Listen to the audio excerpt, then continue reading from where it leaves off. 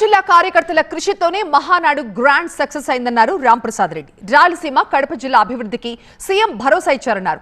4 ఏళ్లలో అభివృద్ధి పనులు పూర్తి చేస్తే వచ్చే ఎన్నికల్లో కడప జిల్లాలో టీడీపీ క్లీన్ స్వీప్ చేయడం ఖాయమన్నారు రాంప్రసాద్ రెడ్డి. చంద్రబాబు కడప జిల్లాను అభివృద్ధి పథంలో నడిపిస్తారని చెప్పారు.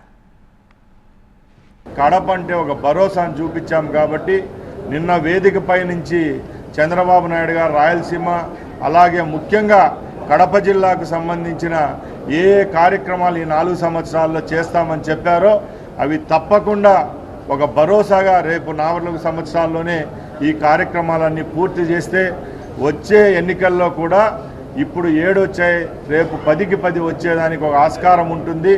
తప్పకుండా ముఖ్యమంత్రి గారు నిన్న మనం ఆయనకు పెట్టిన గౌరవాన్ని తప్పకుండా నిలబెట్టుకుంటారు. మన కడప జిల్లాను అభివృద్ధి పదంలో నడిపిస్తారని తెలియజేసుకుంటూ మరొకసారి అందరికీ ధన్యవాదాలు తెలియజేసుకుంటారు.